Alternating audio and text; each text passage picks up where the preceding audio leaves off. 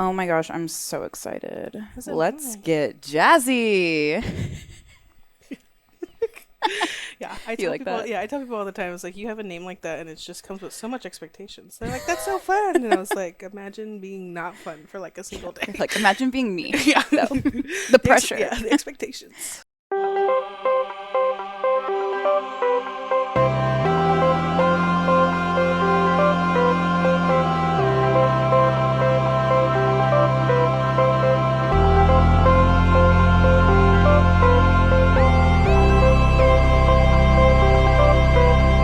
What's up, bridal babes? I hope you're ready to talk weddings with me on another exciting episode of your favorite wedding show, Bridal Buzz. I'm your host, Kat, making sure I'm saying that at the beginning of the episode. And today we have a special guest in the studio. I'm going to go ahead and let her introduce herself. Hello, everyone. My name is Jasmine, and I have the pleasure of being the venue coordinator at La Escondida Celebration Center in Helotes. Whoop whoop.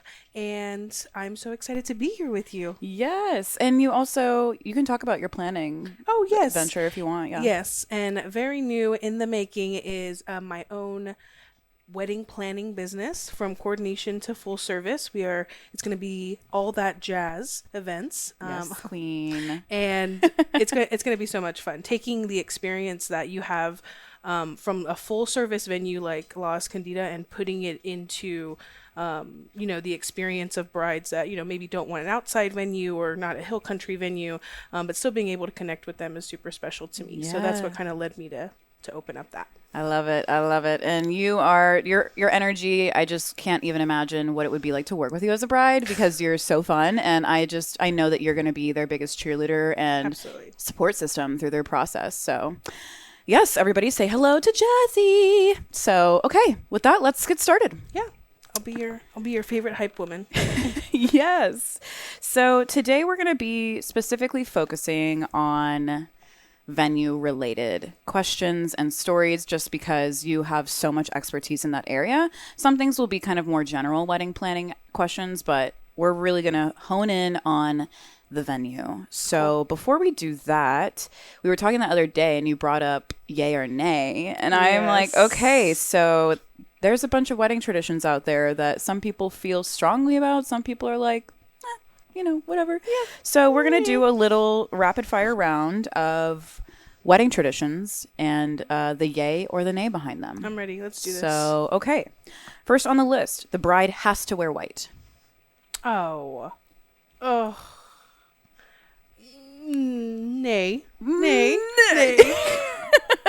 I think it's such a beautiful tradition, but as you see, I've seen people obviously do, where you have all of your guests wear white and so therefore you wear color. And so I love that. I love the idea of standing out. So whether that's all white, like that focal point, or whether it's everyone else is in a different color and you are, the main color or black or something, I'm for it. Yeah. Okay, cool. Yeah, I agree. I think, the tradition of white and where it came from is like not as relevant anymore. And so it's really up to the couple and what they want to do. So, Absolutely. sweet. Next, the father giving away the bride.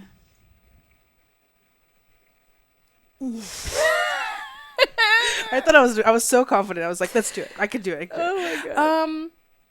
Nay. I think it's, like you said, a very old tradition, in that sense that, from one man to another or something that way. And I love the idea of parents or grandparents or whoever that special relationship is in a couple's life to give them away. I love that. Yeah. Yeah. And I'm trying to rephrase the giving them away of more of just like walking me down the aisle. Right. Like right. supporting me in that moment, but I'm the only one that has the autonomy to give myself to someone else. So Sure. Yeah. I think I like the tradition of having someone special being there with you as you enter into that next phase at the altar. Mm-hmm. But the phrase of giving away, I think, is like, let's come up with something different for that. Absolutely. And key, like, side note, if it's going to cause family drama, do walk yourself down the Yeah. aisle, babe. Yeah.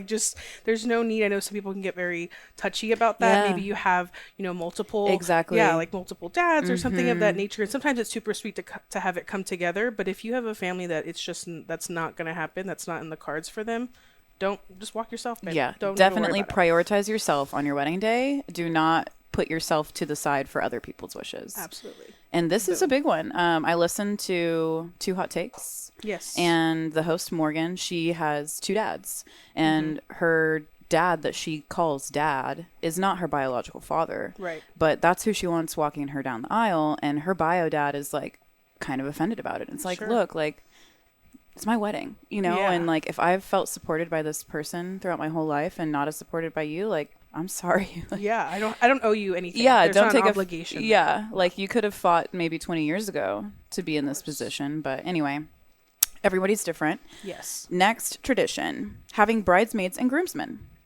Yay, Yay. Yeah. for sure. I love it. And something that we talked about on the last episode, Bridal Babes, if you listen to Wedding Trends, 2023 Wedding Trends Part 2, is kind of switching it up and maybe not having the bridesmaids and groomsmen stand at the aisle or stand at the altar Right. with the couple, maybe them just sitting down as guests, but still being there as a support system. I like the idea of kind of switching it up a bit. And as a bridesmaid, it's fun to be up there, but it's also like, I feel like it would be a way better experience to be able to see what's happening Absolutely. front on. Oh, for sure. Yeah. I was a 2022 bride, so my year is over. Onto Kat and all the other 2023 brides. So I did that for, my own wedding, is that I really wanted I really wanted the girls that I had who meant so much to me to see my face. So Yeah. I had them walk down the aisle. I had them stand at the aisle. I had them stand at the altar so that they could see me walk down, because I feel like they deserve to see that moment Yes. from that spot. Get the just best view in the house. Yeah, just as Yeah. much as anybody else does. But then like once, the cue was that once I came and they like fluffed my train, that, and everybody else sat down, they just kind of walked around the back and sat diagonal so they could still see my face. Okay. So I think that there's so many cool different unique ways that you can have your bridal party stand. If you can't think of one, of course, look at Bridal Buzz podcast for all of the ideas, or like ask your wedding coordinator, ask your venue some of the cool things that they've seen, because it just makes just a world of difference. The idea that because you have bridesmaids and groomsmen that's going to be more stressful is not always true, but the idea that you have to put yourself in a box, not just with this, but with any type of wedding planning, is just not true. Yeah. Just because it's a tradition doesn't mean you have to do it the traditional way. Say it louder for the people in the back. Yeah. Okay, so next, gift registries. Yay. Yay. Yay. Tell me your experience with gift registries, because I feel like it's kind of 50-50. Some people have success with them and they get what they're looking for, and some people it's like nobody really looked at it. Like Right. they just brought me cash, or like they just brought me random stuff. Like, tell me your experience personally, and then we can kind of get into like more of it. But Absolutely. So, fun fact that my husband and I did not live together before we were married. So, obviously that plays a part in gift registries and what you Yes, ask for and all of those 100%. things. So, like I said, from my personal experience, they were incredibly helpful. I had wonderful family and friends and support system that were always asking me, where's your registry? That they wanted to make sure that we were getting things that we absolutely needed. There were people that didn't use the registry that, I ended up getting 2 air fryers. Was that a bad thing? No. the more the merrier. Yeah, but not everybody gets an extra air fryer. They get a bunch of cookie sheets, Yeah. or, Oh my something of that gosh. nature. And so I love them if you feel like you have a family and friends that are compatible with them, I guess is my hot take. Is Like they're that- actually going to look at the registry yes, and no- respect the registry. Yes, know your guests, know your family, and just think to yourself, if I get, because honestly, a registry takes so much time too. Like It I think does. when I was working, even with some of my own brides, they were asking like, what should I put? I have about 30 items on there, and I was like, oh no, you need like 100, Yeah, like 150. 3 times, Yeah, like I was yeah. like, you need a huge amount of items so that it puts pressure on the bride and the couple to go and be like, okay, well I have X amount under, $20, and then this under 50, and then, it just, so I am all for doing them if you know that you have a family that is going to respect them. You can take, for instance, like a Christmas list. If you make a Christmas list and they get it for you, great. But if you have if you do that and your family is like, no, it's and not they get even, you like the knockoff different color version. Yeah, it's not gonna happen. Then don't do a registry, babe. Just don't do it. Great advice. It's stressful because it's like, you're oversaturating the registry to have that browsability for it. Of course. But it's like you also have to be okay with getting any of those 150 things. Like, I definitely have things I would prefer to receive on my list than others, but I did have to make sure there were options because people still like to feel like they're picking something out for the couple, regardless of if they were told what to buy or not. So I think that's, And I include honeymoon funds like in the gift registry. Like I think it was the wedding website that I had was through the Knot, and so they allowed you to have like massages or like a certain dinner like on your honeymoon. Yeah, like wine for two. Yes, or, that you could add to your registry. I think those are wonderful ideas for people that, like you said, they want to have that feeling of getting you something that is not just like cash. So definitely consider that. And on that topic, I'm pretty sure no matter what the experience is on the Knot, it all goes into the same fund, correct? So this is a good way to kind of like trick people into thinking that they're doing something very specific for you, as opposed to just like, hey, here's a big old pot for the honeymoon, like contribute what you can. Right. I think we gave a couple $100 to a family member last year for a wine tasting in Argentina or something like that. And then I realized it wasn't actually for the wine tasting, but it felt so good because we love wine and we wanted to be able to like share that experience with them. And so I would recommend, and I'm thinking about this for myself now, is to go and like add in those random little things like a hot air balloon ride or like a horseback riding on the beach, like random things. Absolutely. And do what you want with it after, because it at least adds some like personalization to the gift for people. Perfect. Where there isn't as much when it's like, here's a big fund, You'll learn something traditional new. things in non-traditional ways. That's that's the thing. That's the mindset. Traditional things in non-traditional ways. I'm going to have to write that one down too. Okay, so kind of on a similar note, we were just covering honeymoons, but extravagant honeymoons. Yay. Yay. Yay. Go big or go home? I feel like I don't want to be hypocritical because I didn't do that. I literally had an Airbnb in San Antonio. She's like, I did the opposite, but do it. Yeah, I guess it's so hard because I'm like, am I just going to seriously discourage you? I say yay because those experiences with your new husband, with your new wife, is just, it's out of this world. You know what I mean? Like, you just don't, I think you cherish those moments, maybe even more than, the cake that you had at your wedding. Like the little details that you stress over. And I listened to the episode about, wedding planning burnout. And so that, like, having a honeymoon that is really central on you. So if, if extravagant is different for every person, True. Because I stayed at an Airbnb, but I also went to Brasso, I went to the Brazilian steakhouse, like, you lived it up. Yeah. So whatever extravagant looks like for you, I think it's totally worth it because it's just an immediate bonding time. And it's almost like a reward to yourself. I've spent all this time planning. I went through all of this stress. And even though my wedding day, I feel like was absolutely perfect, it was so nice it's like a vacation. You know what I mean? Like it's still like a project. A wedding is. So it was a wedding. A wedding is a project, I should say. Huge project. And so it's a really nice reward at the end when it's wonderful and the day's done, and then you're like, okay, great, now let's go celebrate that in itself with your person. Let's be married. Sweet. Yeah. Let's get married. Traveling with my husband. Yeah. New husband. Who dis? Okay. Next tradition is man proposing to the woman. Yay. Controversial, but I agree. Yes. People often joked with me because I was very much like, I knew what timeline I wanted for my marriage. And I was like, if you guys have been following for a long time, you knew I was about to move to Montana and start over if Jackson didn't propose on time. Joking, not joking. So, people came up to me and were like, why don't you just propose to him? If you're so adamant, on the timeline. Why don't you just ask him? And I'm like, because I've already told him where I stand, Yeah. you know, and I'm not about, it's just not my thing. Like, Absolutely. I am here for the women who decide to do that. Mm-hmm. But I just, shame. there's just something about, and no matter what the relationship looks like the more masculine, like just Sure. that person, like I want to be swept away. Like, you know, Absolutely. like sweep me off my feet, put the ring on my finger. I want to be Cinderella for a day. Absolutely. Yeah. So absolutely.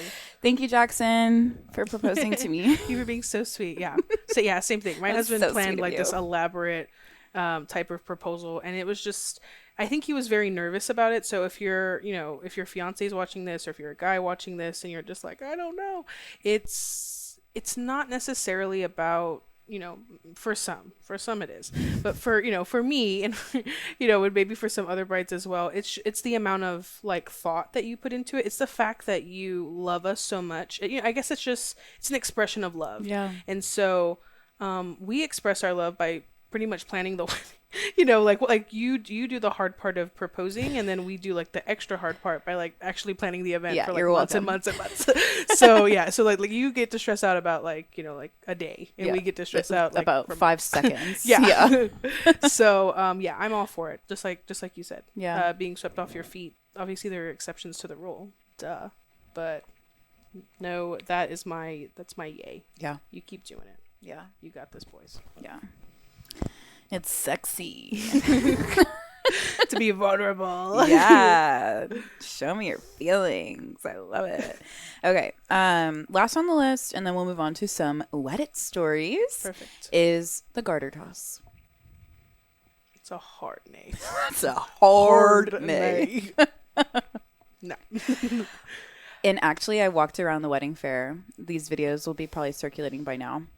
Every single person I asked that like had an opinion about a wedding tradition that they weren't going to be doing at their wedding, it was this. It was the garter toss. Absolutely. And I'm like, yes, 2023 brides, I'm here for you. Let's leave that in our past and never bring it back again. I don't.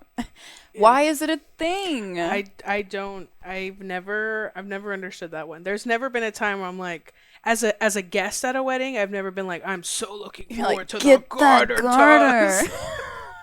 It's just, it's not. Like, what patriarchal time period in the name of yeah, well, Elmo? and it's honestly not even that part. Like, I'm like, okay, cool. If you want to be like, oons, you know, that's fine. But the thought of throwing it After? yeah, throwing it to a bunch of single men, that's like, that's just weird. That's Yeah, just and so honestly, weird to yeah, me. I'm like, I do not like. I wouldn't want any piece of my clothing being shared with random men besides my fiance / my husband to be like that. Yeah, Like, imagine if it was like a sock or like a headband. that's what I'm saying. Or like like anything else. a glove or any of it. I can't. I'm like, Yeah. Even a jacket. Like, that's my jacket. Yeah. I don't don't want your second cousin who's 17 years old to have my jacket or my garter or Yeah. my sock or whatever you're throwing. Like, no. And what I've never understood about this tradition is that, like, the bride has to give away two things. So it's her bouquet or, you know, or a toss bouquet, and then the garter. And Yeah. I'm like, why don't you give something away? Yeah. Like, What about your tie? Yeah, throw some lapels back there. Like, you know what I mean? Like, I just Throw your shoe. Yeah, I was like, this is supposed to represent single men that are going to be next to propose or get married, and they're still getting something of mine. They should be getting something of yours. I'm like, I feel like keeping the garter from your wedding day is like a cute thing to like bring back every now and then. Like, hey, Yeah. sweetie, remember this? Remember saying I do? so you wrap it know? around your bouquet, like, yeah. And I also think a lot of brides use something old in their garter. Like, they'll repurpose their mom's wedding dress or Absolutely. like, you know, something from their grandmother, and then it's just gone. Yeah. Nay. Yeah, in the head of your cousin. Yeah, no. Yeah. So that's a huge nay for both of us. And you too, bridal babe. Just decide that now. Let it go. Yeah, let it go. If there's one thing that we all know and understand about weddings, it's that there's a lot to learn in not a lot of time. That's why I love Nicole Mara's jewelry and services. Working with gemologist Nikki at Nicole Mara is like taking the funnest crash course on gems and metals that you could ever have, all while shopping for your own jewelry. And Nikki is offering 10% off wedding bands when you mention Bridal Buzz during your consultation. Nikki has amazing band options that you can browse through on her website, NicoleMara.com, but you can also work with her to create something custom to your liking. Consultations are super easy to set up and are such an incredible way to get connected to the woman behind the brand who is potentially designing your band. How cool is that? So if you're looking for those timeless, unique wedding bands, make sure you head to NicoleMara.com today, schedule your consultation, and mention Bridal Buzz for 10% off of those bands. Again, mention Bridal Buzz for 10% off of those bands. Okay. So, we're going to get into Wet It. I'm excited. Yes, this is your first time in the studio doing something. Yeah. Like, she's been in the studio before, by the way, guys, but not in the new studio. Hard to And forget. how could anybody forget Jazzy? But yes, like I said earlier, we're really going to focus on venue-specific topics that are brought Wonderful. up on Wet It. So, the first story is from the wedding subreddit. Okay. And the title is Same Venue and Colors as a Friend. One of my bridesmaids and I are getting married at the same venue almost a year apart to the day. My fiance has wanted to use this venue for a while, but I was hesitant because they had just booked it. I figured as long as we had different colors, it would be okay. But my friend recently texted me that she was changing her bridesmaids' dresses from green to black, which is the color we were doing too. It's not too late for us to change our mind on the venue and get our money back. Would this make you change your venue to avoid copying their whole wedding, or is it really not that big of a deal? I can't be upset with my friend as she's getting married first, but this has really put a damper on the planning process for me. What would you do? I do think that there is a very strong lean towards changing something. I think as drastic as changing your venue doesn't seem like colors should rank that high. But I can see that there's a problem. I'm mulling. I'm like, Yes. it just feels like a really drastic change to be like, I'm gonna completely change my venue, even though your Yeah. colors are Well, gonna it's like a are gonna be whole the start same. over. Yeah, Yeah. yeah. I don't know if it was. If I was answering as if it was me, I would. There's something I would change. Whose wedding is first? I'm sorry. Did I miss It that? sounds like her wedding is second because she booked the venue after her friend. She was like hesitant because but her fiance really wanted to have the wedding here. Okay. But she also, the friend that's getting married first, had originally had green bridesmaid dresses and then like just let her know that she changed the color to black. Yeah. So I'm guessing, like, my question is, has there been a conversation between these two friends already? Like, did friend that's having the wedding first know that she was planning on having black bridesmaids dresses and then decided, you know what, I'm going to do that too? Or that's a really good idea. I'm going to do that first. Like, I'm wondering if there's been a conversation or if Sure. it was just like out of the blue and it's like, oh crap, like, Yeah. maybe I should have let her know. Like, I don't know. So Yeah. anyway. I don't think it's worth it to change your venue. I think it's even better that the friends is first. Go to her wedding. Yeah. See where she used those color. You know what I mean? Get the vibe of the day. And there's nothing that says that you can't, add something in there. That changes it. You know what I mean? You get to see what the venue looks like with your color. So if anything, you as a bride get to see some of your vision. Yeah. In the venue itself, and then maybe you sit back and you go, maybe this is not the color I wanted. Yeah. Maybe I can add a red ribbon to their dress, or it just Yes. take it as an opportunity To take notes. yeah, to take. I was gonna say to get ahead, but I don't want to cause beat any, the system. Yeah, to cause any animosity. I don't think it's worth it to change your venue. And the other thing that I thought of too is how many of the same guests that are going to be at your friend's wedding going to be at your wedding. Yeah. I don't think she mentions like how similar their friend groups are, how close of friends they are. doesn't seem like they're in each other's bridal parties. So it seems like they're more acquaintances than like besties, Right. which even makes it kind of harder to communicate through this. Absolutely. I definitely would recommend that OP says something to her and says, "Oh my gosh, that's insane. Like, I was also planning to have my bridesmaids wear black. Like, what a coincidence." And kind of see what this other friend responds about that. And if she's like, "Oh, how fun. Like, we're wedding twinsies." Yeah. Like, you know, at least there's a bonding moment there. Sure. And also, it's not like a crazy specific shade of lime green. Right. It's black. Right. And there's so much you can do with that. Like you said, add a red ribbon, have them wear velvet instead of satin, you know, and it's a year apart too. So you're going to have a completely different playing book for wedding things to be bringing into your wedding at that point. Different floral trends, different, you know, decor trends, different dress trends. Absolutely. Like maybe you have all of your girls wear women tuxedos. Right. Like how short dresses. Yeah. yeah, Who short knows? dresses, like overskirts.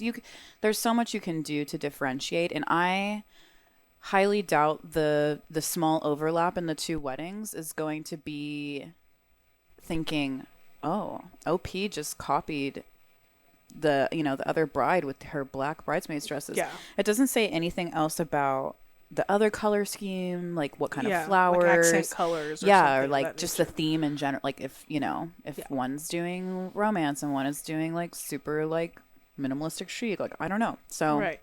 I think there's a lot left unsaid here that would help us answer this Yes. as well.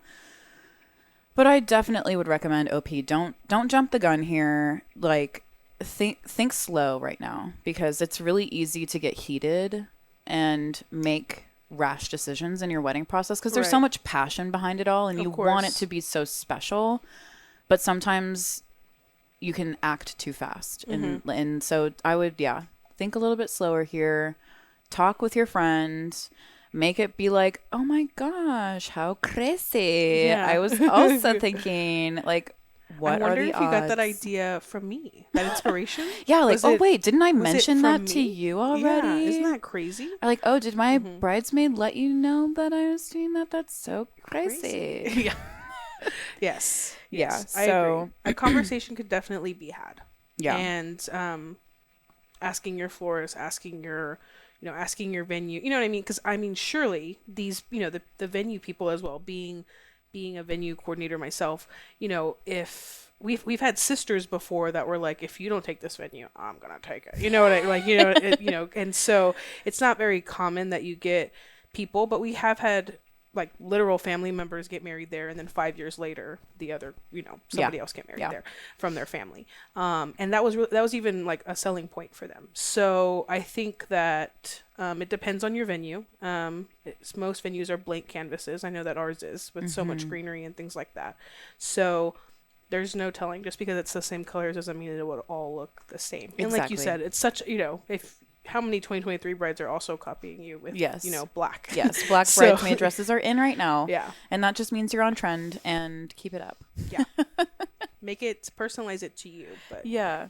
And so the top comment here says, "Many small towns only have one venue and everybody gets married there, so I wouldn't let the venue be an issue. As for the color palette, if she only recently texted you that she had changed her palette, I would respond that I had already chosen black, but I was fine with her using it too. That leaves the ball in her court to change it or not." That's a lot more direct than I was saying. yeah. Listen, black, it was mine, but But you want to use it too? I guess. Okay. I'll I allow see it. you. I'll allow it. Like, you can, but it'll change the way I feel about you forever. Yeah. Just kidding. And I just want to say that brides, I love you. I love working with you. But I would say similar maybe to pregnancy brain. There's like wedding brain where it feels like we overanalyze everything. Like everything immediately becomes a big deal. You know what I mean? The thought of somebody having similar colors than you or having the same dress as you. It's a huge thing. I want to have a dress that nobody else has. And it's like, it's okay. Yeah. Not everybody's going to be at your wedding. It's Yeah. okay. So just taking a step back sometimes and looking at it from the big picture and just not letting these little things become the things that absolutely stress you out or that you focus on, because those are such small details, on Exactly. your big day. Exactly. Like, just remember how blessed you are to have bridesmaids and friends that love you so much that they will be there for you. And actually, I have to correct myself because I said I didn't think they were in each other's bridal parties, but it says one of my bridesmaids and I are getting married at the same venue. Okay, I missed that too. So, a response to the top comment says, since the friend is already a bridesmaid, I thought she made this decision knowing OP's wedding colors. No. In the grand scheme of things, maybe it won't matter so long as the decor and everything are different. Right. I.e., OP's bridesmaid doesn't copy her in any other respect. Well, that, I feel like that kind of changes things and it makes me a little bit nervous for this OP. And she might want to watch her back in her wedding planning because she has a whole year left Right. on top of her other friend. And if her friend could steal all her ideas right from under her and she's left, Yeah. to start over on everything. Yeah. So Keep if, some things a little bit close. A yeah, little bit closer yeah, to you. which you think you wouldn't have to do. Hi, Fritz. What do you think? Exactly. Boom. But it's unfortunate because you want to be able to like share your wedding highlight moments with people and not think Yeah, and not they're worry. like gonna steal ideas from you. And again, it's like black is such a generic color. Such a There's so much neutral, to do with it. Yeah. But it is kind of sketchy that she's a bridesmaid and she changed her color after like it seems like she knew it was going to be black. Of course. So anyway, 10 out of 10 would recommend talking with this friend very honestly or being like, "Oh, didn't you remember the dress you bought for my wedding?" Also black. Crazy. Yeah. I would definitely throw a crazy at the end. Okay, so we'll leave that at that and we'll move on to the next story. So this is also on the wedding subreddit, and they ask, should I give a wedding venue my budget? I am brand stinking new to wedding planning for self. I've noticed venues like to ask my budget when I request more info. I feel like I shouldn't disclose this prior to being given the numbers. What do you think? Thank you in advance. Thank you. I believe that you should give a venue your budget, and there's a few different reasons why. Many venues have different packages. Us as an example, we have different packages for different price ranges, for different guest amounts. So with you giving us your venue, that allows us to present you with the best package that we think will be best for you. Yes. I can't tell you, even as a bride shopping for venues, that I was looking and, automatically given like all of their information. And of course there were things that were way out of my budget that discouraged me as a bride. And so had I told them that my budget was this, they either could have sent me things that were in line with my budget, or they could have been honest and said, this is where we start, but maybe you can maybe there's a customized package that we can work with you. So Yeah. I think it's just like the same way that we as a venue ask you for your date and for your guest number. Those things are taken into consideration to give you the best possible proposal that we can for you. Yeah. So don't feel like, venues are taking your budget. And granted, I can't speak for all of them. Yeah. But the good venues are going to take your budget and say, what's the most that I can give you for what you need, what you want. And I mean, that's all. And I want to say that's all I can say, but it helps us, and it helps you as the bride to feel confident. I think that there are sometimes intimidation in wedding planning that you are like, oh my goodness, There's so much unknown. Yeah, like I'm gonna go in and I don't want them to not like me. I don't want them to not consider me because I give them like a low number. Yeah. And just remember that, if they're a venue that's just way out of your budget, that's just not the venue for you, babe. Yeah. There's no reason to put yourself in a position financially where you are just over your eyeballs. Agreed. Because this venue gave you their numbers. And there will be a venue in your area for your budget. Absolutely. It might take some looking for it. It's, if you have a very, very tight budget, but there are a lot of affordable wedding venues out there. And I feel like people often get stuck on, oh my gosh, this place was $10,000 for a day and all, Absolutely. for 5 hours, and but there are also places where it's $2,500 for a day, Absolutely. maybe even $1,000 for the whole day, and Right. so if you're looking, you can find something. Mm-hmm. And I think maybe their fear here is that they're going to take advantage of Of them if they course. know how much money they're going to be giving, or so I wonder if there's Like that's already a red flag. Yeah.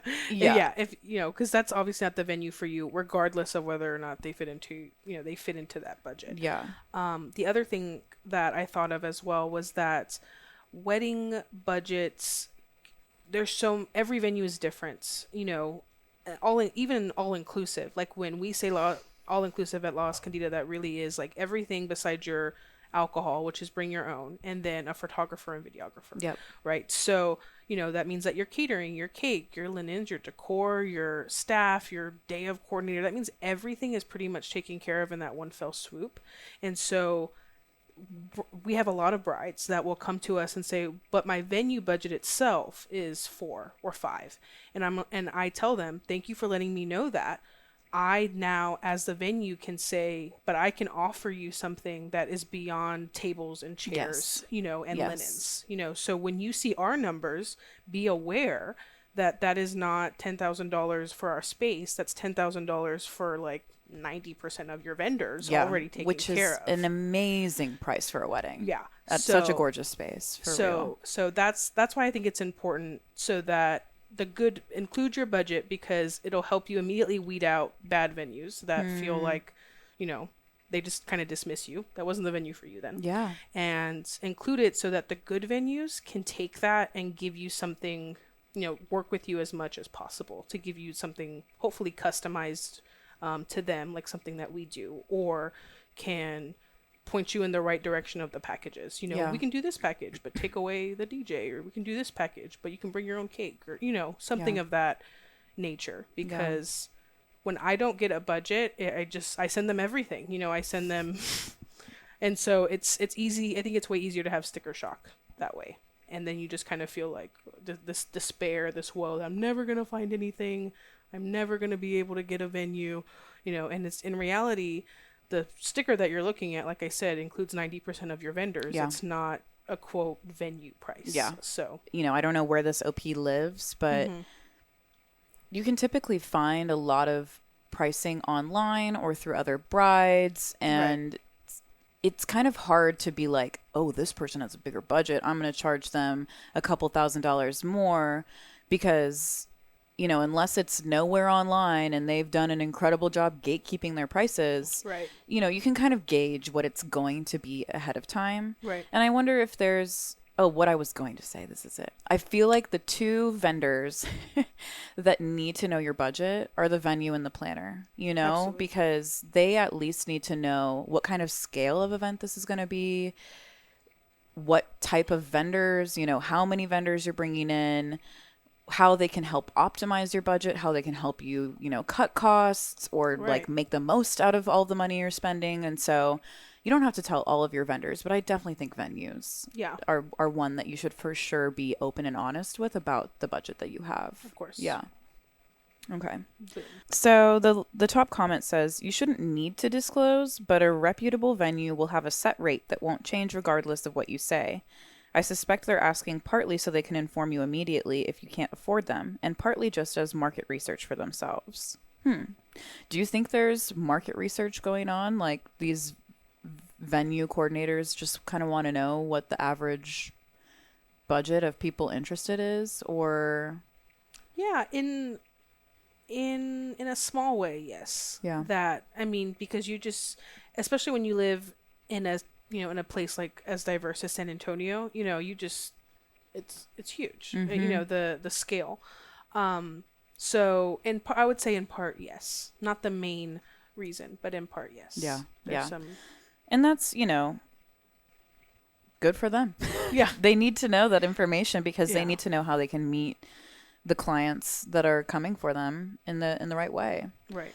So yeah, I think, and it, like kind of like you said, you don't have to, but it definitely helps the venue out. Absolutely. So, okay, cool. Well, that's really good feedback on that topic. Yeah, and everyone's like, because my first reaction is they're afraid that they're gonna get swindled or get taken advantage of. Mm-hmm. And so everybody's just like, if it's a good venue, there's no price gauging. They're gonna be Right. sending you a package they sent to the same person the day before. It's not gonna be altered just because they think you have more money than Right. another spender. So Right. I feel bad. I feel so bad that there is that mindset towards people. There's that mindset for brides and for couples that are engaged that the wedding industry basically just takes advantage of you. That they see wedding and it's like, oh, just jack that price up. yeah. And in reality, it's like there's so much that goes into it, Yes. And though I didn't always understand all of the service fees and all of these things, at the end of the day, it comes down to time or money. So think about that when you are planning your wedding, is that am I going to spend more money so that I have less stress, less, time that I physically have to spend on that either on wedding day or either just in the planning process, or am I going to spend less and that means that I DIY more? Does that mean that I have to spend exponentially exponentially more time doing some of these things? Weigh that out, because that's what some of the cost is. Having a full service caterer, having some of these things that take the stress off of you, buying plates from Amazon that some of them come in broken, or plastic ware, or just there are things that you try to save money on, which I'm not saying is a bad thing. Save where you can, but know that it's a scallons. I tried to say scale. It's a scallons. It's We're on coining it. Yeah, it's on a scale. It's Yeah. a balance. Yeah. So where you spend more money usually means way more convenience, way less time that you actually have to spend on it, or the other way around. Yeah. So, and I think it really does come down to educating engaged couples on this price is so much higher because a wedding day is, 10 hours. absolutely. Or, Plus. like, and yeah, like the Minimum. expertise, the years of experience they have in the industry, like, and there are differences that go into wedding day makeup versus just normal fashion makeup. Like, Absolutely. there are differences. And if you have questions, ask your vendors. Say, I'm a little confused because I've paid for, professional makeup before, and this is like, a little bit more expensive than I was anticipating. Can you explain to me why? Absolutely. And if they're a good vendor, they will be open and honest about Transparency. yeah, the value that they're bringing as a wedding professional. If there's one thing that's always made me nervous when thinking about becoming a bride, it's been the color of my teeth. I've never had the brightest or the whitest smile, so that's why I'm thanking God for Bride Bright. I just put in my order at bridebright.co and was so excited to see that they actually had a couples kit available. So I have a Bride Bright kit and Jackson will have a Groom's Glow kit, and I can't wait to share our results with you guys after spending our 10 minutes for 10 days on working toward a brighter and whiter smile. So if you bridal babes out there also want brighter, whiter teeth, you can use code BUZZ for 40% off your online purchases. Yes, you heard that right. BUZZ for 40% off. All you need is that 10 minutes for 10 days for you to start seeing real results on your smile. I think something like this is so worth it for wedding season, especially since we spend so much on our photography and our videography. So why not have the best, brightest, whitest smile on your big day? I'm also really excited to try their Stay Bright on the Go wipes while I'm drinking red wine for 3 days straight on my bachelorette party. So I will definitely let you guys know how that keeps my smile brighter. And again, head to bridebright.co and use the code BUZZ for 40% off of your purchase. Okay, this one's a little bit intense. It is also from the wedding subreddit, and the title is Miserable About Wedding Venue. Just really need to vent. Okay. Jazzy's already said it. Okay. I'm getting married in my hometown. I wanted to get married at my fiance's beach house, but my grandmom wouldn't be able to attend, so we decided to not go forward with that. My sister got married 3 years ago at a venue that is beautiful, but said I didn't want to get married there since she did. My mom is an event planner and has had multiple events there. I have attended about a dozen of those events over the years, and it just didn't feel special. She won't admit it, but she's over the moon over me thinking about having it here, which makes me like it even less. My sister didn't want to get married there either, but at the time she went with it. Now it's my turn, and we've been looking at venues, and I've been saying anywhere but that venue, which my mom agreed to. Of course, we went to look at it today, quote, for fun. A huge mistake, I know. And it feels like the best bang for our buck. I don't know why I'm feeling so depressed. I feel like I have to get married there, and the other options we looked at I don't love or it's too expensive. This is definitely the stereotypical beautiful venue, but I just feel so depressed about having to get married there. I was excited and planning everything, and now I told my mom she can do it all without me. I know I'm lucky to be getting married in a beautiful place, and there's much bigger issues in the world, but I can't shake this horribly sad feeling. I'm not looking for any answers, just needed to vent, sad face. Gotcha. I'm letting it sit. Yeah. I listened. It's a lot. I listened. And so the biggest thing I was thinking about throughout this whole thing is, what is your relationship with your mom? Mm-hmm. Because in these comments, they pull out her quote, she's over the moon over me thinking about having it here, which makes me like it even less. Right. And they go, is this about the venue's aesthetics or about your resentment toward your mom? Yeah. There's some underlying stuff here. Yeah. Which I can't, my mom is not in the wedding event world. So I could imagine, especially if, you and your mom have been butting heads your whole life and this is your mom's world and you're like, I want this to be my day and Absolutely. I don't want my mom to be, planning her own wedding through me. Absolutely. I could understand the want to put down your foot and say, this isn't my venue. I want to get married somewhere else. Right.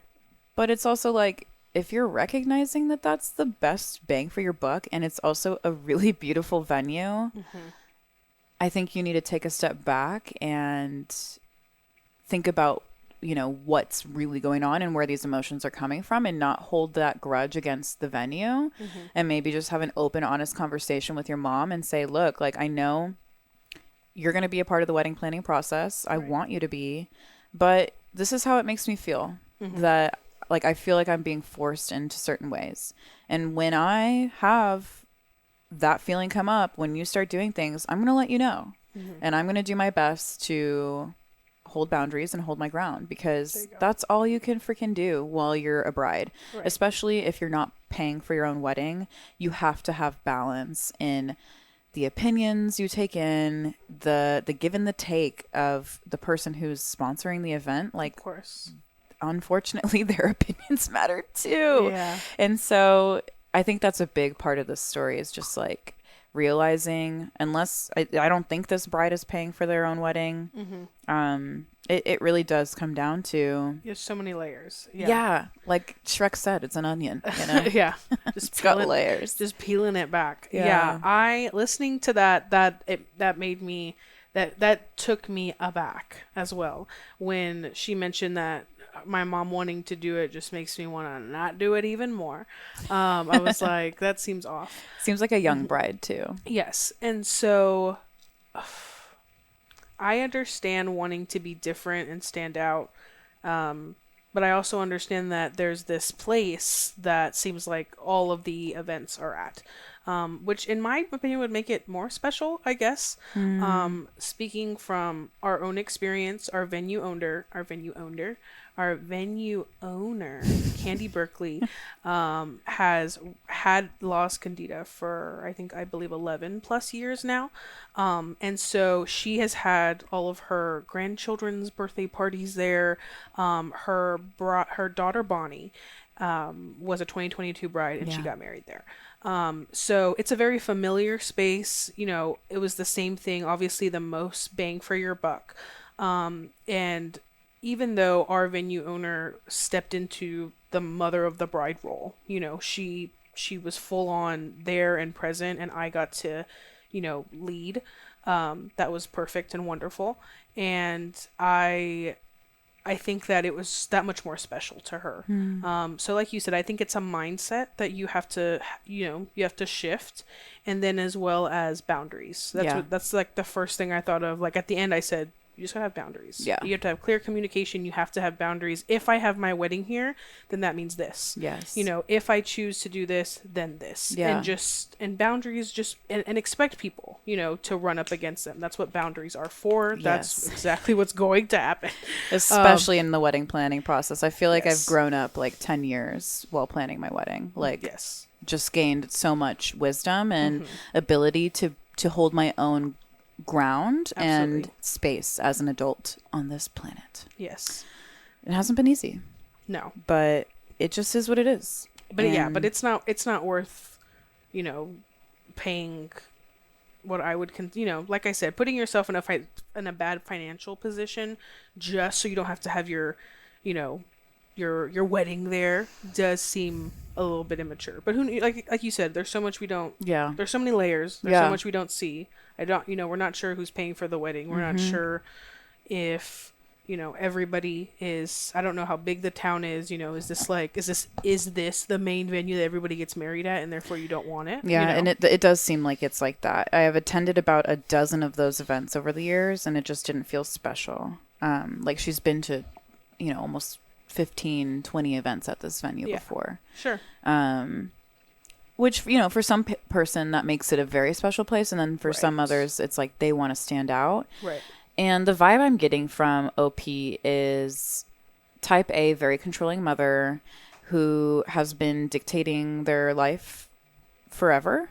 And this is a lot of assumption on my end. So my apologies if I'm just like reading way too much into this. She's like comments. She's like, "How dare you?" And like now in OP, but is still letting her mom win because when they picked this venue, she goes, well, now whatever, you can just plan the whole thing. I don't want to do anything anymore. Right. And it's like, well, you just gave your mom all of the power in this situation. Right. It's all your way or the highway. Yeah. So like, can't you still bring you into this venue? Right. Isn't that kind of taking back your wedding?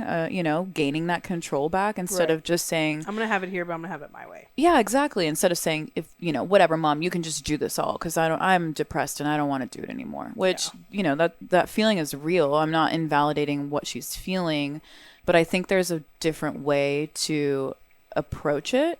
And you're getting married. You're about to be fully, Somebody's as wife. somebody's wife, and as on your own as you can, get in these chapters of your life. It's time for you to be able to advocate for yourself to your mom. Yeah. Not now, then when? If not now, then when? It's not going to get easier. Like, Right. that's what I'm like, if you can't handle this during your wedding, what's going to come next? So take this as an opportunity. Yeah. Honestly, my wedding has brought up a lot of hard conversations that needed to happen. Growing And I'm pains. so glad. Like, it's uncomfortable, but it's challenging me to be a bigger person and a more open and like just firm in who I am person. Absolutely. So I would really recommend this bride get back in tune with what she wants and get her power back. Yeah, and where's your fiance in this conversation? Yeah. Where's Good question. Where's your fiance saying that we should totally get married here, or I absolutely don't want to? Yeah. Or, Yeah. know, What's his opinion Yeah. or her opinion? Right. Yeah. I don't know. I don't think they mention anything, but they do, agree that it's a mix of both, that she's upset about the venue, but it's also a resentment toward her mom. Gotcha. So she responds, to expand off of that first comment that said, is this about the aesthetic or resentment toward your mom? They expand and go, if the former, you can dress it up with lighting and decor. If the latter, a therapist would be a better investment to help you figure out ways to separate the two and find a healthy way forward. So you're not poisoning your happy time with resentment and anger. Honestly, and like a therapist might be good regardless. Oh, yeah. If this is the emotion that's being drawn up when you book your wedding venue, something's a little bit off. Right. And so talk about it. Move on. Get past it before it's too late. Like, you Yeah. don't want to be 25 years down the line and be like, "Yeah, my mom made me get married at Yeah. that venue and I'm so upset. everybody got married there. I didn't Way back when I told them I didn't want it." Yeah. They're 80 years old at 40. Yeah. I always, I don't know why, even though we're like in that middle, we're not millennials and we're not Gen Z. Yeah, we're on the cusp. We're like the, so even though I'm still technologically savvy, I still am always flabbergasted when people, like how blunt people are on the internet. They're like, maybe therapy would I was be like, yeah, either some decor, some lighting, or maybe a therapist would be great. or maybe some intense therapy. That's hilarious. Yeah. But it's the truth. Yeah. I 10 out of 10 would recommend a therapist in this situation too, and I'm sad I didn't have that conclusion earlier. Yeah. It's definitely trying. Yeah, it's definitely a trying time. And especially if I am correct about my assumptions and this person has been controlled by their mom their whole life, it's not easy to just get up and say, you know what, Mom, I'm planning my wedding. We can have it at this venue, but I'm planning everything else. Right. She might need to go to therapy. She might need to get some life coaching to help her have the confidence to even communicate that. They might need to go to family counseling. She might need to do premarital counseling with her fiance to know how to establish themselves as a couple, as a unit. Yep, absolutely. And so really good stuff here. Yep. Summary: therapy. Get therapy. Get therapy and have your wedding. Yeah. Have your cake and eat it too. There you go. Okay. This is less interpretive and more like, let's get some real wedding planning advice. Yes. Okay. Therapy. So, summary: therapy. Always the answer. When in doubt, therapy. Okay. Also from the subreddit wedding. That was backwards. Also from the wedding subreddit. Okay, that's English. Titled "Afternoon Wedding Timeline Help." Okay. Unfortunately, a pipe burst in the building of our May 2023 wedding venue. Thankfully, one of our favorite parts of the venue was the garden/outside, and we can still continue with having a fully outside wedding/reception. The downside is that the outside option must be wrapped up by 8 p.m. as opposed to midnight inside. Again, not the end of the world. We're okay with doing just a chill afternoon wedding, then heading to a bar afterwards. We're having some issues thinking through the timeline and would love input. So this is what they're thinking. We're thinking ceremony about 30 minutes, sometime between 1 to 2 p.m. Cocktail quote hour 2 to 5. This is probably the biggest question mark. Is a long cocktail hour okay at this time if there's plenty of booze and appetizers? Dinner 5 to 8 p.m. Unofficial post-wedding bar time 8 to 12 p.m. Thoughts? Anyone have an afternoon wedding and have advice? I have questions. Yeah. I have questions. I don't know why you would have a super long cocktail hour with heavy hors d'oeuvres and plenty of booze and then go straight into dinner. Right. That seems a little redundant and it seems like you're taking up a lot of time. In our professional experience, guests really love one or the other, right? So either you're going to have like your normal cocktail hour, which most people expect. They understand that you're taking pictures during that time, something of that nature. And then they're pretty much ready to sit down and eat and mingle and actually have kind of that experience. But I think 2 hours of mingling is a very long time. I think it's 3, 2 to 5. Oh, 2 to 5. Yeah. 3 hours of mingling is a very long time. That's like basically a reception. Yeah. Yeah. Yeah. And then to spend, and then 5 to 8 being dinner. Yeah. Granted, in my mind, I automatically go to the little details. I'm like, well, when is your first dance? Yeah. Like I immediately start thinking about like, are you those still little doing inserts. all of those during your dinner allotment? Yes, because it feels like if you start, when you think about a wedding as a whole, if you're starting, she said that the ceremony was start at 1. 1. Right. So and she wants people to party till 12 p.m. Right. They're I come from a Hispanic family. I'm not saying that there are families that don't do it. Yeah. I'm just saying that the expectation that your guests are going to follow you through all of that Not likely. Yeah. And I would say, I mean, and even before, I wasn't even thinking about the midnight. I was just thinking to 9. That's 9 hours that they're there at the when right 1 till 8. Yeah, it's so 7 hours. 7 hours. So it's 7 hours that they're at the venue with you, which is kind of long. Yeah, that's kind like of a long wedding time. day. Yeah, that's a full wedding day. That's a full wedding day Yeah. for you and your guest. And so definitely cut back. Let's try to, maybe even do let's do like an hour normal, 45 minutes to an hour cocktail hour right after the ceremony. And then I think that you could go straight into maybe some dances or fun games. The thought of it being outside in this type of garden area just makes me feel like there's so much time. Outdoor fun things. Yeah, there's so many things that you can do. There's a blog post coming out about that soon from us about all of the my guests don't want to dance, now what? You know alternatives. what I mean? Yeah, alternatives love to that. your receptions. There's piñatas, there you know what I mean? There's so many different things that you can do besides just we had a story kind of asking like, we don't like dancing, we're older, and so they were like, karaoke, like what do we do? So yeah, so many things. Can't wait to see that do. blog. So I would say that the timeline just feels like it's excessive in things that don't need to be. Yeah. That a cocktail hour doesn't need to be 3 hours. I wouldn't even say that it really needs to be more than 90 minutes max. And then it's not called cocktail 3 hours. Yeah. Cocktail hours. And I would ask what you want out of your wedding. Yeah. Because even just hearing that, it's just you are setting up a tone of you come, you see me, and then we just eat for what sounds like 6 hours. Right. Yeah. So it'd be like 2 to 8 p.m. I mean, I'm sure by dinner they mean like the reception, like the first dance and speeches. Yeah, absolutely. But they don't really specify that here. And then unofficial post-wedding bar, 8 to 12. So I'm like, so is the dancing the unofficial part at the bar, or will you be dancing before? Right. IMO, I would start the ceremony at like 3 p.m. Okay. And, dinner would be from 6 to 8, cocktail hour in between. Right.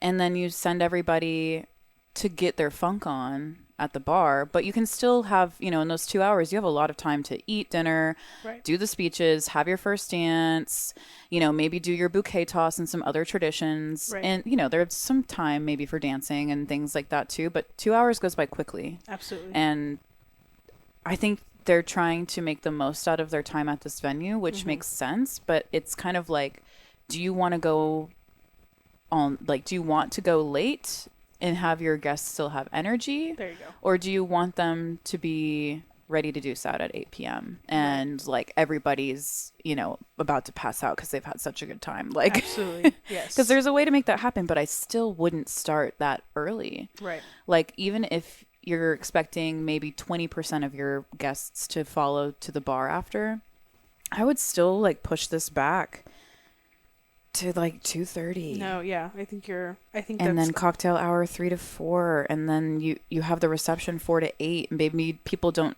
sit down dinner until 5:30 or something, because it's just like, also 8 p.m. is like sometimes when I eat dinner. Right. So there's also that. Like, right. could you skip dinner and tell people, come to the bar, we're having pizzas delivered, late night snacks, and just have heavy hors d'oeuvres throughout the whole thing. I think there's definitely a lot of room to make this unique, make the most out of it, but definitely... Yeah, that doesn't include 3 hours for cocktails and mingling, and 3 hours for dinner. Right.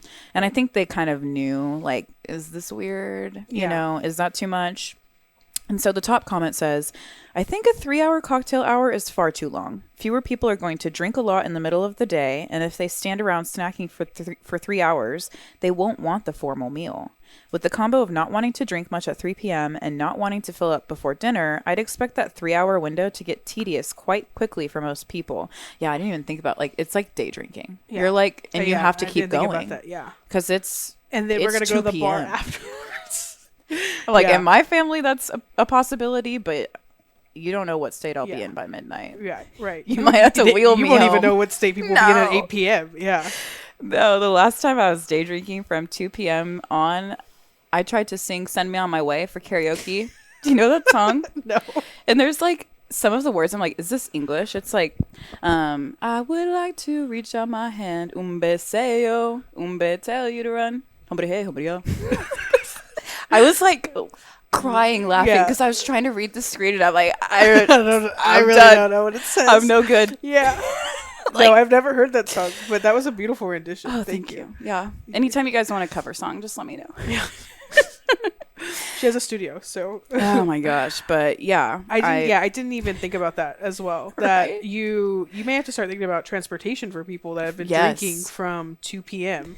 and now they're gonna also go to a bar because Yeah. they're not gonna drive. They're not gonna be able to drive. No. Yeah, that's Um, just danger waiting to happen. And I can only imagine from a bartender's perspective too. I wonder, are you paying Whew. premiums for the bartender? Basically serving for 6-7 hours. That's a long time. Yeah. Yeah. And how and many? and how much booze do you have to buy? Right. Just to go to the bar. Just to go to the bar after that. So, there's some tweaks. Yeah. But I do love the idea of like a 2:30 to 3. Like I think. Right. That's a pretty good. Just Yeah. cut Just it. push it back a little bit. Don't make people get there that early. I'm sure like lighting will be a little bit better by 2:30 as well. Typically 1 p.m. is like pretty harsh, bright lighting. Yeah. And if you're having your ceremony outside, that can be, they don't say what part of the world they're in, what season their wedding is. Oh, May 2023. So it could be hot. Hot. It could be pretty hot unless they're in like, I don't know, Washington or something. Here in Texas, Wisconsin. it's going to be hot. That's for sure. But yeah, so the comment goes on to say, I'd say max for a cocktail hour is 90 minutes, like you said. Jazzy's an expert, and that's in the evening when people are generally happy to drink more. I would move the meal up and have a normal length cocktail hour. Eating a large, formal late lunch during a wedding isn't weird. Mm-hmm. Oh, that's a good idea too. Like, I didn't even think about that. Crazy. Wow. Crazy. Then you can take the money you would have spent on 3 hours of appetizers and use it for a late afternoon snack. That is genius. Like, skip the cocktail hour. Yeah. Just do a lunch and then have the rest of the 3 hours be your party. Absolutely. My mind is Boom. blown. I love the internet. I love when we can all come together and share our opinions and help each other be better. Does that not wholesome or wet? Okay. The OP says, all great insight. Thank you. Never been to an afternoon wedding, so it's been hard to imagine it. But thinking of the food as a late lunch instead of an early dinner is definitely helpful. Yeah, I think that is. Such a good idea. Yeah, and it really shifts the perspective of what the timeline of the days should look like. Because like literally 8 p.m. is like a dinner time for me. And so making people eat dinner at 5 after they had already been at cocktail hour munching for 3 hours. No one's hungry, babe. Nobody's hungry. No one's going to eat the nice meal that you paid for. Exactly what this Absolutely. person said. Save that money. And maybe some catering companies have even like, cheaper packages for middle of the day versus end of the day. I don't know. That could be just like way too assumptuous on my end, but I would imagine there's a little bit of difference, at least in the, like, maybe it's okay to serve chicken instead of steak because it's Right. like lunch, Yeah.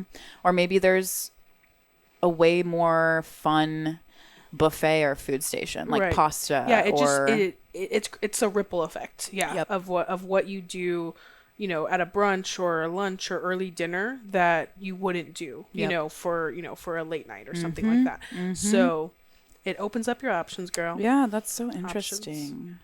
I feel like we have time for one more story. Uno más. So I'm going to give you the option. Do you want to talk about having a wedding on their birthday? No kids at a wedding? Or alternatives to walking down the aisle? I am most intrigued by alternatives to walking down the aisle. Yeah, let's do it. You driving a helicopter? I didn't parachute Yeah, in? I dropped in.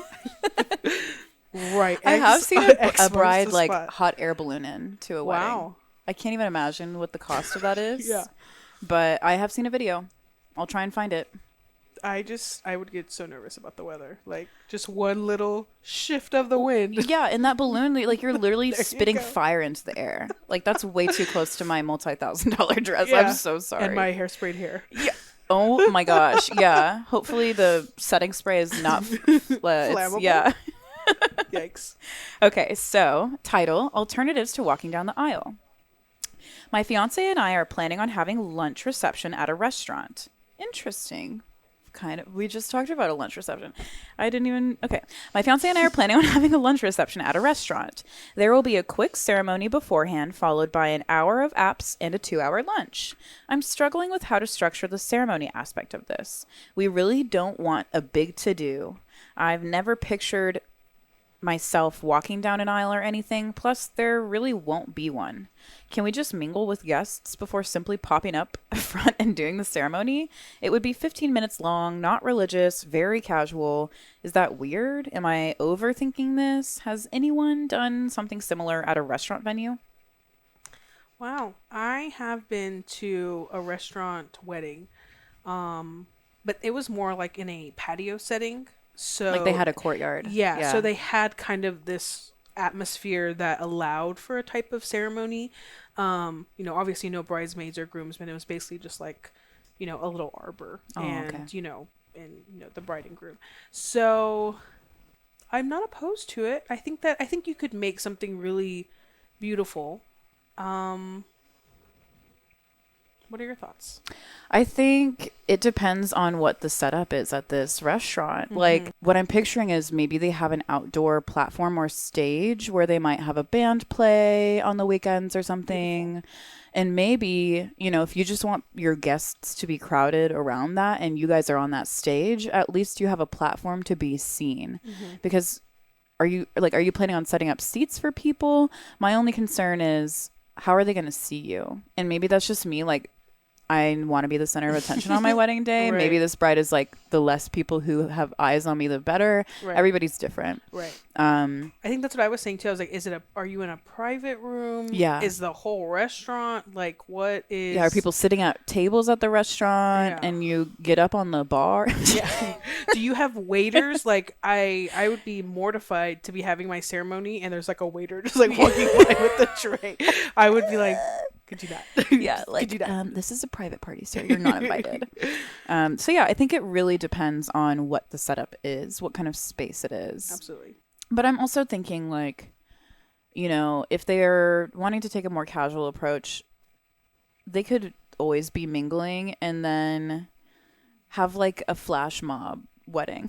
Kind of like all of the sudden they're in the center of the circle. That's casual too. And their bridesmaids fan out and make a circle around them. And then the officiant comes out of nowhere and they say, "Dearly beloved, we are gathered here today." Marriage. Love. To love. Exactly. Okay. Like that could be cool. Okay. Or, I would, if they want to do like an actual entrance, I wouldn't recommend mingling before they have the ceremony because it kind of takes the spark out of the moment. Right. But you could walk in with your partner, absolutely. Hand in hand, dancing, galloping. Oh, I don't know. There was something that you said, and me being a former Texas Roadhouse employee, it makes me think that you could just have everyone like, or if you've ever been on a cruise ship, and the dinners where they're just like everybody in the dining room is like going. Yes. You could easily do that. You know what I mean? Like something that is very unique to that specific setting, in terms of an entrance, and it could just be really cool. Yeah, it could be. It could be really cool, really unique. Let's see what people are saying in the comments. The first comment is, you can come in from the sides once everyone is seated, as long as the venue layout lends itself to that. Another way people do it is to already be at the front when your guests start to be seated. And then someone says, even if there's not an aisle, I wouldn't mingle too much before. Just appear and mingle after. I 100% agree. Let there be a shock factor. Let there be that moment. Even if you're not thinking and imagining yourself walking down an aisle and having that big, I do moment, other people there are going to be really, really excited to experience that with you. And Absolutely. Just give them a little something. Throw them a little bone. Throw them a little bone. Come on. Let there be a grand reveal, yes. Even if it's like super casual, 10 minutes. I've been to a wedding where the officiant forgot to tell people to sit down. And so everyone was standing for 10 minutes. And like, that's me as a venue coordinator, as a wedding planner in the back. I'm going on the sides and I'm going, sit down. Yeah. Yeah, because it's like again, we covered this last episode. There are things that professional officiants know how to do, and there are things that family, friends, just it's not their Yeah. expertise. Yeah, So that's not on the index cards that they yeah, have in front of exactly. them. Yeah. But it Yeah. should all rise, all be seated. Yes. Anyway, it happens. It's not the end of the world to be standing up for 10 minutes. I think we need more answers here Right. to be able to offer our best, Expertise. most creative. Yes. And ceremonies really are not long. Mm-mm. You know. They can be as short as you want them Yeah. to. Like, It can literally be straight to the point. yeah. Like, you don't need to have any fluff. It could be 3 Absolutely. minutes of, do you take this person? Yes. Yes. Yes, I do. Yes. And da da da da da da Yeah, da and yeah, da and let then- the ba- Yeah. And then let the cue the music. yeah. Cue the I couldn't think- harps. Yeah, I couldn't think. I was trying to think of the word, like for my big fat Greek wedding, opa. Like, Oh, just nice. There you go. start it, just- Opa. yeah. All right. Well, I hope we hear more from this OP on, because I think, well, this was last week and they haven't responded to anything. So I don't know if we'll ever know I was like, what forget they it. do. Forget it. But it would be interesting to know what they decide to do on that. So, OP, if you're out there, let us know. Put it in the comments. what Yeah, you drop it in the decided to do. comments. Exactly. So, that's all I have for you today. Thank you so Um, much. No, thank you. If people, bridal babes, wanted to find you, if they wanted to find La Escondida, your planning company, Yeah. tell them. Well, I am very proud of how active we are on all the socials. So definitely look up La Escondida CC, stands for Celebration Center. La Escondida CC on both Instagram and TikTok, and then La Escondida Celebration Center on Facebook. La Escondida Celebration Center.com, lengthy one, I know, but that is our website where you can request a tour. You can see our galleries, some of the packages that we offer, and then if you are interested in wedding coordination, wedding planning, hit me up at allthatjazzevents.com or all that jazz events on TikTok and Instagram. Yay! Thank you, Jazzy. We're so excited. And of course, you know, bridal babes, the buzz does not stop here. We are everywhere online, bringing you the best of wedding content every week, every day. We're going to be posting videos with random strangers, tips, and also clips from all these podcast episodes. So stay tuned on TikTok, Instagram, subscribe to our channel on YouTube. I don't know if we've hit 1,000 yet at the point of this release, but we're like almost there, and I'm so Awesome. freaking excited. Subscribe. We're gonna have a huge celebration when we Oh, hit yeah. 1,000, that's for sure. So again, keep tuned with the buzz. Stay tuned with us. It's your host, Kat, on Instagram. Find us bridal.buzz anywhere. And we'll see you next time. Yeah.